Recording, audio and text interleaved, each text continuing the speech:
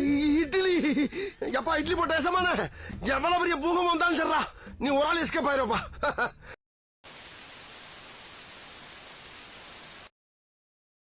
சட்டசபை பரிதாபங்கள் பார்ட் 3. ஆனா today trending கிடையாது. பரிதாபங்கள் சும்மா சொல்றதுப்பா. நம்ம யூஸ் பண்ணிக்க கூடாது. அப்ப பரிதாபங்கள் சொல்ல இது வந்து நம்ம டுடே ட்ரெண்டிங்ல போட்டுருக்க டைட்டில். ஏன் மாட்டி விடுற? என்ன நீயும் ஏதோ புத்திசாலியா பேசுறியா நினைச்சேன் நான். பார்ட் 3 வந்து நம்ம டுடே ட்ரெண்டிங்ல பாத்துட்டு இருந்தோம். இப்ப கெட்ட பையனும் போட்டிருக்காரு. அதனால அவரோட வெர்ஷன் அதோட பார்க்கலாம். இதுவரைக்கும் தமிழ்நாட்டு வரலாற்றிலே தளபதி ஸ்டாலின் அவர்கள் தான் இந்த 73 லட்சம் பேருக்கு பட்டா வழங்கியிருக்காங்க. 73 லட்சம். இதுவரையும் தமிழ்நாடு சரித்திரத்தில் 73 லட்சம் பேரில் பட்டா இல்லை என்பதே இல்லை. முதல்ல தெரிஞ்சுக்கணும். ஏன் திருவெண்பூர் தொகுதியில பட்டா கொடுத்து இடத்த காணோம். எந்த இடமுமே இல்ல. கலெக்டருக்கு தெரியும்.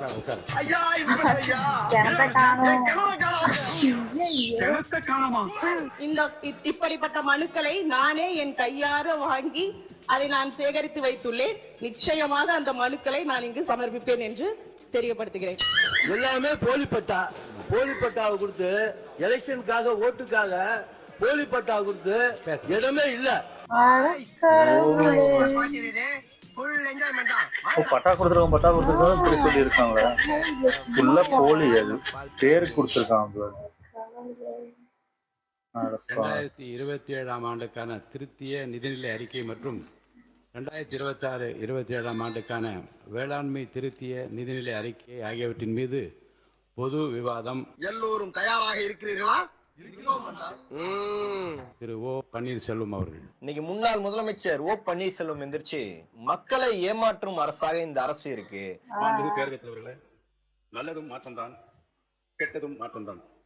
எதிர்பார்த்து வாக்களித்த தமிழ்நாட்டு மக்களுக்கு மக்களை ஏமாற்றும் அரசு இந்த அரசு அப்படின்ற ஒரு குற்றச்சாட்டை பதிவு பண்ணியிருக்காரு. கிடைத்துள்ளதோ பெருத்த ஏமாற்றம் தான். ஆடு அதுவே அருவால வாயில கவிட்டு வந்து என்ன வெட்டுன்னு குனிதடா. ஒரு அரசு தேர்தல் நேரத்தில் அறிவிக்கின்ற திட்டங்கள் அனைத்தும் 5 ஆண்டு இறுதி வரையிலும் அதற்காக என்னென்ன திட்டங்களை நாம் நிறைவேற்ற வேண்டுமோ அதை நிறைவேற்றுவோம். நீங்கள் சொல்வதை போல 3 மாத காலத்தில் ஒரு சரித்திரம் படைக்க இயலாது. நீங்கள் அப்படி சரித்திரம் படைத்தால் நீங்கள் சொல்லுங்கள்.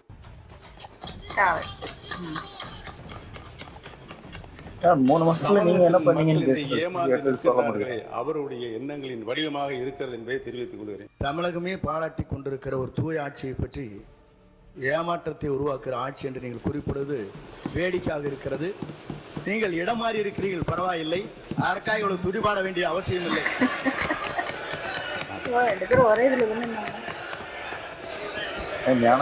அந்த பக்கம் உட்கார்ந்துட்டீங்க, அதுக்காக இவ்வளவு துதி பாடாதீங்க, கொஞ்சமா துதிய பாடுங்க அப்படின்னு சொல்லு. 100% கரெக்ட். 100% கரெக்ட். இதுதான் உண்மை. இதுல பரம்பரை திமுக கேட்க மாட்டான். தன்னை முதலமைச்சர் ஆக்கின ஒரு கட்சிக்கு துரோகம் பண்ணிட்டு போன ஒரு நபர் அவர் இதை பத்தி பேசுறதுக்கு உரிமையும் கிடையாது. நடுவுலுமே ஒரு வாட்டி ஆனாரு. அந்த இடத்தை அவர்தான் முதலில் மாற்றியவர் என்பதை நான் இங்கு தெரிவித்துக் கொள்ள. இடத்தை முதலில் மாற்றியவர் நம்முடைய அமைச்சர் என்றார். ஆனால் பாருங்க என்ன ஆச்சரியம்னா, இடத்தை மாற்றிய போதும் அவர் இதயத்தின் அருகே இருந்த அந்த நிழற்படத்தை மாற்றவே வேண்டாம் என்று சொன்னவர் எங்களுடைய வெற்றி தலைவர். ஆனால் அண்ணனுடைய பாக்கெட்டை பார்க்கிற பொழுது இடமும் மாறி இருக்கிறது, இதயமும் மாறி இருக்கிறதோ என்று தோன்றுகிறது. புரட்சி தலைவி அம்மாவால் முதலமைச்சராக்கப்பட்டவர் இன்றைக்கு அவருடைய சட்டப்பையில் யாரும் அவங்க இருக்கும் போதே தமிழ்நாட்டு மக்களுக்கு தெரியும். கொஞ்ச நாள் காட்சி ஏமாற்றுகின்ற பழக்கம் எங்களுக்கு இல்லை என்று தெரிவித்துள்ளேன். 3 முதலில் முதலமைச்சராக இருந்தவர் அம்மா காலத்தில். அவர் இப்போ அது எப்படி பேசிக் கொண்டிருக்கிறார் என்பது நாடெந்து சிரித்துக் கொண்டிருக்கிறது. ஊரே ஒண்ணு சேர்ந்து காரி துப்புதுடா. விடியா ஊருக்குள்ள அவன் சாதி சண்டை சொத்து சண்டை ஊரே பிரிஞ்சு கிடக்கு. என் மூஞ்சில காரி துப்புறதுக்காக ஊரே ஒண்ணு சேர்த்து நினைச்சு சந்தோஷப்படியா. அதனால இந்த மாதிரி கேட்பதற்கான தார்மீக உரிமையோ தகுதியோ ஓபிஎஸ் கிடையாது. அது இவர் அண்ணா திமுகலேருந்து வந்தவர். திமுக சைலண்டாக இருக்கும். ஒரிஜினல் திமுக அமைதியாக இருக்கும்போது புதியதாக வந்தவருக்கு ஏன் இந்த எவ்வளவு தூரம் பேச்சு? மாண்புமிகு முன்னாள் அமைச்சர் நேற்று பேசும்போது சொன்னார்கள், கடந்த 5 ஆண்டுகளாக நாங்கள் எப்பவுமே டென்ஷனாக தான் இருப்போம் அப்படின்னு. எங்களுக்கெல்லாம் மந்திரிக்கெல்லாம் டென்ஷன்லேயே 5 ஆண்டு காலம் இருந்தோம். அதுக்கு காரணம் கதவை தட்டுறவங்க ஈடியா விஜிலன்ஸான்னு தெரியாம நாங்க எப்பவுமே லைவுக்கு முன்னால அதுக்கு முன்னால இது மாதிரி பேசினாக்கா பேரவைத் தலைவர்கள் அறைக்கு சென்று டெக்ஸ்டை படிச்சுட்டு எதை நீக்கலாம் எதுன்ற நிலைமைன்றது ஏற்கனவே. அப்பொழுது பத்திரிகை நண்பர்களோடு அது வெளியிட மாட்டாங்க. இப்போ அப்படி இல்லை, இப்போ உங்களுடைய கட்டுப்பாட்டில் இது லைவ்ல போகுது எல்லாமே.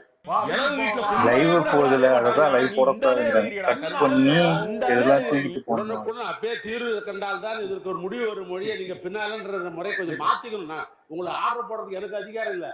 ஏன்னா இது சட்டமன்றம் உங்களுடைய கட்டுப்பாடு தெரியும். தகவலா உங்களுக்கு நான் சொல்றேன்.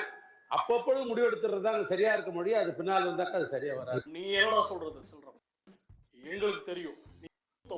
நேற்று மற்றொரு முன்னாள் அமைச்சர் பேசும்போது சொன்னார், எங்கள் முன்னாள் முதல்வர் எங்கும் இருக்கிறார், எல்லா திட்டங்களும் இருக்கிறார். ஆட்சியை பிடித்தவர்கள், மக்களுடைய மனதை தொட்டவர்கள், மக்கள் மனதிலிருந்து நாங்கள் வந்தவர்கள். நீக்கமர நிறைந்திருக்கிறார், எல்லா இடத்துலையுமே இருக்காருன்னு சொல்லி பேசினார். அது ரொம்ப சந்தோஷம். ஆனா மக்கள் மனதில் இல்லை. மக்கள் மனதில் இருந்தா மட்டும்தான் இந்த சட்டமன்றத்துக்குள்ள வர முடியுங்கிறது உங்களுக்கும் தெரியும், எங்களுக்கும் தெரியும். அதனால மக்கள் மனதில் இடம்பெற்றிருந்தா இந்த பிரச்சனையை வந்திருக்காது, இங்க வந்து உட்கார்ந்து இருக்கலாம்.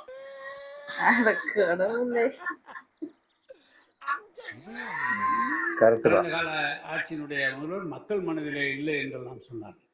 நீங்க வாங்கினது 108, எதிரில் இருக்கிற உங்களோட அதிகமாக வாங்கியிருக்காங்க. தனித்தனியாக பிரிஞ்சிருக்கே தவிர உங்களோட அதிகமான வாக்குகளை பெற்று தான் நீங்க வந்திருக்கிறார்கள். 108 பேர் தான் பெரிதுன்னு சொல்லுவாங்க. 97 பேர்களை வைத்துக் கொண்டு ஒரு ஆட்சி எண்ணத்தையும் நீங்கள் என்பதை மறந்துவிடக் கூடாது.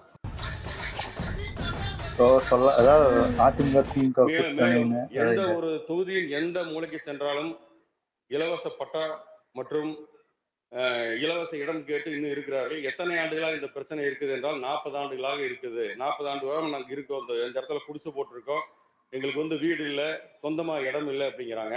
எம்எல்ஏ எந்திரிச்சு சண்டை போடுறாரு சார். திருவரம்பூர் எம்எல்ஏ எந்திரிச்சு கேகேஎஸ்எஸ்ஆரோட சண்டை போடுறாரு. எங்க தொகுதியில யாரு எல்லார்ட்டையும் பட்டா இருக்கு, இடம் எங்க அப்படின்னு கேக்குறாரு சார். ஏன் திருவரம்பூர் தொகுதியில பட்டா கொடுத்து இடத்த காணோம், எந்த இடமுமே இல்ல, கலெக்டருக்கு தெரியும்.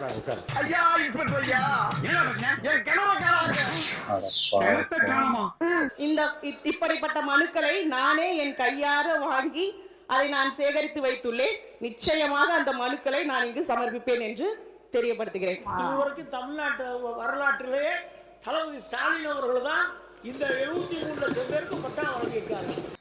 73 லட்சம். இதுவரையும் தமிழ் சரித்திரத்தில் 73 லட்சம் பேர்கள் பட்டா இல்லை என்பதே இல்லை.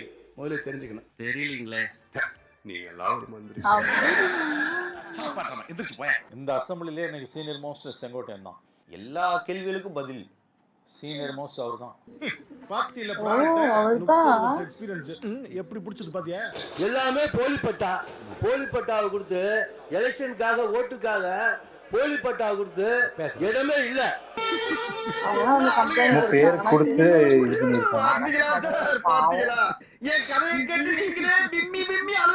ஒரு கட்சியில வெற்றி பெறாங்க. வெற்றி பெற்ற பிறகு உடனே ராஜினாமா பண்றாங்க, உடனே வேற கட்சியில சேர்க்கிறாங்க. சொல்றது குதிரை பேரம்னு சொல்ல முடியும். குதிரை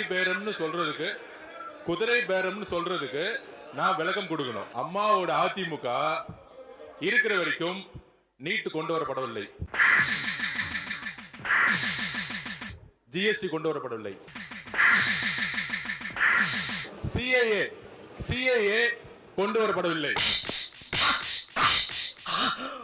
உங்களுடைய ஆட்சியில் தமிழகத்தினுடைய நலனுக்கு எதிராக டெல்லியுடன் சரண்டர் ஆனீங்க. நீ கேட்ட ஒவ்வொரு கேள்வி என்ன செருப்பாளர் மாதிரி இருக்குடா. மாதிரி இல்ல, உண்மையிலே செருப்பாளர் இருக்கு. அதனால உங்கள் மீது நம்பிக்கை இருந்தால் சட்டமன்ற உறுப்பினர்கள் ரிசைன் பண்ணி தமிழக வெற்றி கழகத்தில் சேர வேண்டிய அவசியம் இல்லை. குதிரை பேரம் இல்லை, கைலை பேரம் இல்லை, முடிச்சிருங்க, பேசக்கூடாது, நீக்கப்படுகிறது சொன்ன. இப்போ அந்த வார்த்தை நீக்கப்படுகிறது. யாரும் இங்கே கூவாத்தூரில் நடந்ததை பற்றி யாரும் பேசவில்லை. இது ஒன்றும் கூவாத்தூர் இல்லை. அவர்கள் தானாக முன்வந்து அவர்கள் தலைமை மீது அதிருப்தி கொண்டு அவர்கள் தானாக முன்வந்துதான் ராஜினாமா செய்தார்கள்.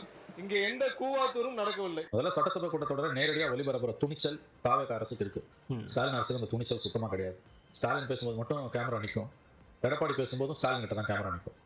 ஸோ வெளிப்படையாக அவங்க வந்து அதை நேரடி ஒளிபரப்புன்றதை கேலி கூட்டாங்க. எடப்பாடி பீரியட்லையும் அதே தான் நடந்தது.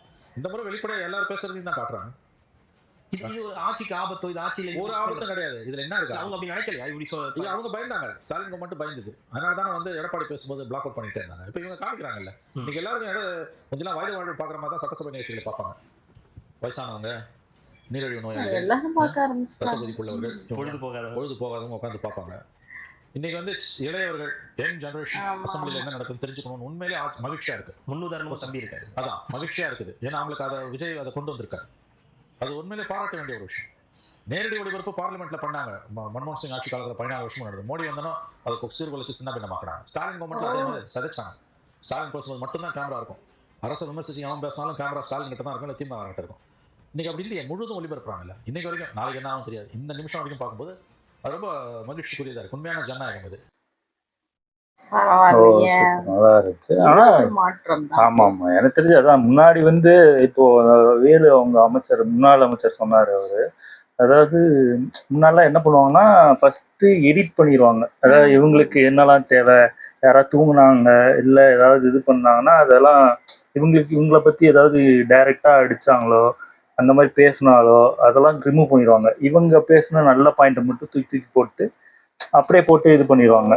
இப்போ அத லைவா போடுறது இவங்களுக்கு எல்லாமே பிரச்சனையா இருக்கு. அந்த மாதிரி பார்த்தே மக்கள் பழகிட்டாங்க. இப்ப லைவா பார்க்கும்போது யார் என்ன பேசுறாங்க, அதுக்கு ஆப்போசிட்டா என்ன பேசுறாங்க. இது நல்ல விஷயம். இப்போ அவங்க ஃபுல்லா அவங்க கேட்குற கேள்விக்கு பதில் கிடைச்சிக்கிட்டே இருக்கா. இது வந்து இவங்களுக்கு ஆபத்தா இருக்கு. ஐயோ என்ன பண்றது, கலாய்ச்சாங்க எல்லாரும். இப்போ ஆப்போசிட்ல இருக்கவங்களுக்கு சூப்பரா நல்லா இருக்கு. அது ஓகே தான். திங்கக்கிழமை எதிர்கட்சி தலைவர் எல்லாரும் நினைச்சுக்கிட்டு இருக்காங்க வரலன்னு. ஆனா வந்துருந்தாரு, கடைசி வரைக்கும் பேசவே இல்லை. அதாவது இவங்க வாய் திறங்க சிஎம், வாய் திற சிஎம் பார்த்தா எதிர்கட்சி தலைவர் வாயை திறக்காம பதுங்கிட்டாரு. கேட்டா எதிர்கட்சியா தான் நாங்க சிறப்பா செயல்படுவாங்க நாங்க. அதாவது சும்மா இவங்க வாய்க்கு சண்டை போடல, என்ன இருக்கோ அதாவது ரியாலிட்டியில என்னவோ அதுதான் பேசுறாங்க. அதை வச்சுட்டு ஒன்றும் பண்ண முடியாது எனக்கு தெரிஞ்சு. அது சொன்ன மாதிரி என்ன பேசினாலும் அதுக்கு கரெக்டா பதில் கொடுக்கறதுக்கு இருக்கு. ஆமா இப்போ இவங்க கேட்கற கேள்விக்கு பதில் கிடைக்கலாம், உடனே ஒரு 5-6 பேர் அங்க இருந்து கத்த வேண்டியது, இது பண்ண வேண்டியது, சண்டை போட வேண்டியது, இதுதான் நடக்குது. இவங்களால பதில் கொடுக்க முடியலன்னா அப்படியே பண்ணி இல்ல எனக்கு தெரிஞ்சு ஏதாவது பிரச்சனை வரும் கண்டிப்பா. ஏதாவது இல்ல இப்போ அப்போ வந்து ரொம்ப மோசமா இருந்துச்சு. அதனால அடக்கி வச்சிட்டாங்க. அதனால இருக்கும். இது வந்து எல்லா கட்சியுமே அப்படின்னு சொல்ல, எல்லாருமே இப்போ இது லைவ் இல்லைன்னா இன்னும் மோசமா கூட போகும். இது லைவ் போறதுனாலதான் ஓரளவுக்கு டீசன்சி இப்போ எல்லாருமே, அதாவது திமுக அதிமுக மட்டும் டீசன்சி இல்லை, எல்லாருமே அந்த டீசன்சி ஃபாலோ பண்றாங்க. இப்போ அதை லைவ் எடுத்துட்டா எல்லா கட்சியுமே அப்படிதான் சண்டை போட்டுக்கும். அது நம்ம இவங்கெல்லாம் சண்டையே போட மாட்டாங்கன்னு நான் சொல்லவே வரல. எல்லாருமே இப்போ எடுத்துட்டா இவங்களோட எனக்கு தெரிஞ்சு எல்லாரும் திமுக அதிமுக தான் பயங்கர சண்டை போடணும்னு நினைச்சிட்டு இருக்காங்க. இங்க ஃபுல்லா யங்ஸ்டர் இருக்காங்க. சண்டை வந்துச்சுன்னா இன்னும் மோசமாயிடும். அது லைவா போறது எனக்கு தெரிஞ்சு எல்லாருக்குமே எல்லா தரப்பட்டதுக்கும். இன்னொரு விஷயம் என்னன்னா, இந்த சட்டமன்றத்தை தமிழ்நாடு மட்டும் பார்க்கல, வேர்ல்டு ஃபுல்லா எல்லாருமே இருக்காங்க தமிழர்கள். அது தாண்டி நார்த்லயே உட்காந்து அதை டப் பண்ணி டிரான்ஸ்லேட் பாக்குறாங்க. இதெல்லாம் வந்து பெரிய விஷயம். நிறைய பேர், நானே பார்க்கறதில்ல, நிறைய பேர் சும்மா டீ குடிக்கிற இடத்துல சும்மா உட்காந்து ஃபோனில் அந்த அசம்பிளி இதை பார்க்குறாங்க. நிறைய பேர் ஒர்க் பண்ணுற இடத்துல பார்த்துக்கிட்டு இருக்காங்க. பஸ்ஸில் போகிறதெல்லாம் நானே பார்த்துருக்கேன். 2-3 இடத்துலலாம் நானே பார்த்தேன் ரீசெண்டாக. அது நல்ல விஷயம் தான். எனக்கு தெரிஞ்சு என்னத்தையோ பார்க்கறதுக்கு நம்மளுமே இப்போ அந்த அரசியல்னால நிறைய விஷயம் நம்மளுக்கு தெரிஞ்சுக்கிறோம்.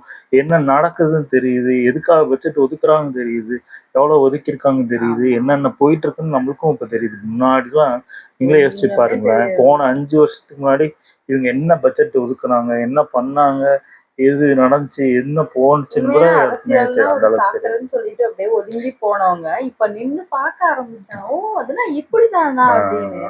இப்போ அதுதான் அவங்களுக்கு பிரச்சனையா இருக்கு. இப்போ தற்கொலை தற்கொலைன்னு எதுக்கு சொல்றாங்கன்னா எல்லாத்தையுமே தெரிஞ்சுக்கிறாங்க. ஐயா இது நம்ம பிரச்சனையா இருக்கு. முன்னாடி நம்ம ஏமாத்துனா அவங்களுக்கு போடுவாங்க, அவங்க ஏமாத்துனா நம்மளுக்கு போடுவோம். இப்படி ஏமாத்தியே டபுள் கேமா தான் போயிட்டு இருந்துச்சு. இப்போ இன்னொருத்தவங்க வந்து அதை உடைச்சிட்டாங்க. இது என்ன பண்ண போறோம், இதை வேற எல்லாருமே அசம்பிளி பார்க்குறாங்க. ஒரு சின்ன பசங்கள இருந்து அசம்பிளி பார்க்குறாங்க. என்ன நடக்குது ஏது நடக்குதுன்னு தெரியுதுன்னு உங்களுக்கு இன்னும் ஆபத்தா இருக்கு. எனக்கு தெரிஞ்சு என்ன போகுதுன்னு இன்னும் பொறுத்திருந்து பார்ப்போம். ஆமா ஆமா ஓகே. எங்களுடைய சங்க பிடிச்சிருந்தா லைக் பண்ணுங்க, ஷேர் பண்ணுங்க, கமெண்ட் பண்ணுங்க, மறக்காம சப்ஸ்கிரைப் பண்ணுங்க. எல்லாருக்கும்